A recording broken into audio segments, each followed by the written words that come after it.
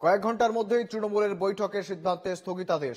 Voter তালিকা সংস্কারের জন্য জেলায় জেলায় যে কমিটি গঠনের প্রক্রিয়া শুরু হয় বৃহস্পতিবার সকালের বৈঠকে। সূত্রের খবর, রাতেই সেই প্রক্রিয়া স্থগিত করে দেন তৃণমূল সুপ্রিমো মমতা বন্দ্যোপাধ্যায়।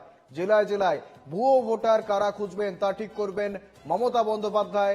নেতাজি ইন্ডোর স্টেডিয়ামের বৈঠক থেকে 36 জনের একটি কমিটি গঠন করে দিয়েছিলেন মমতা বৃহস্পতিবার। সেই কমিটিরই প্রথম বৈঠক ছিল, সেখানেই এই জেলা কমিটি গঠনের প্রক্রিয়া শুরু করেন সুব্রত বক্সী। বৈঠকে ঠিক হয়েছিল ব্লক সভাপতি ও শাখা সংগঠনের সভাপতিদের নিয়ে একটি করে কমিটি গঠন করা হবে। সেই সঙ্গে প্রতিটি সাংগঠনিক জেলায় 4 জন করে রাজ্য স্তরের নেতাকেও রাখা হবে। সূত্রের খবর, সেই সিদ্ধান্ত স্থগিত করে দিলেন তৃণমূল নেত্রী।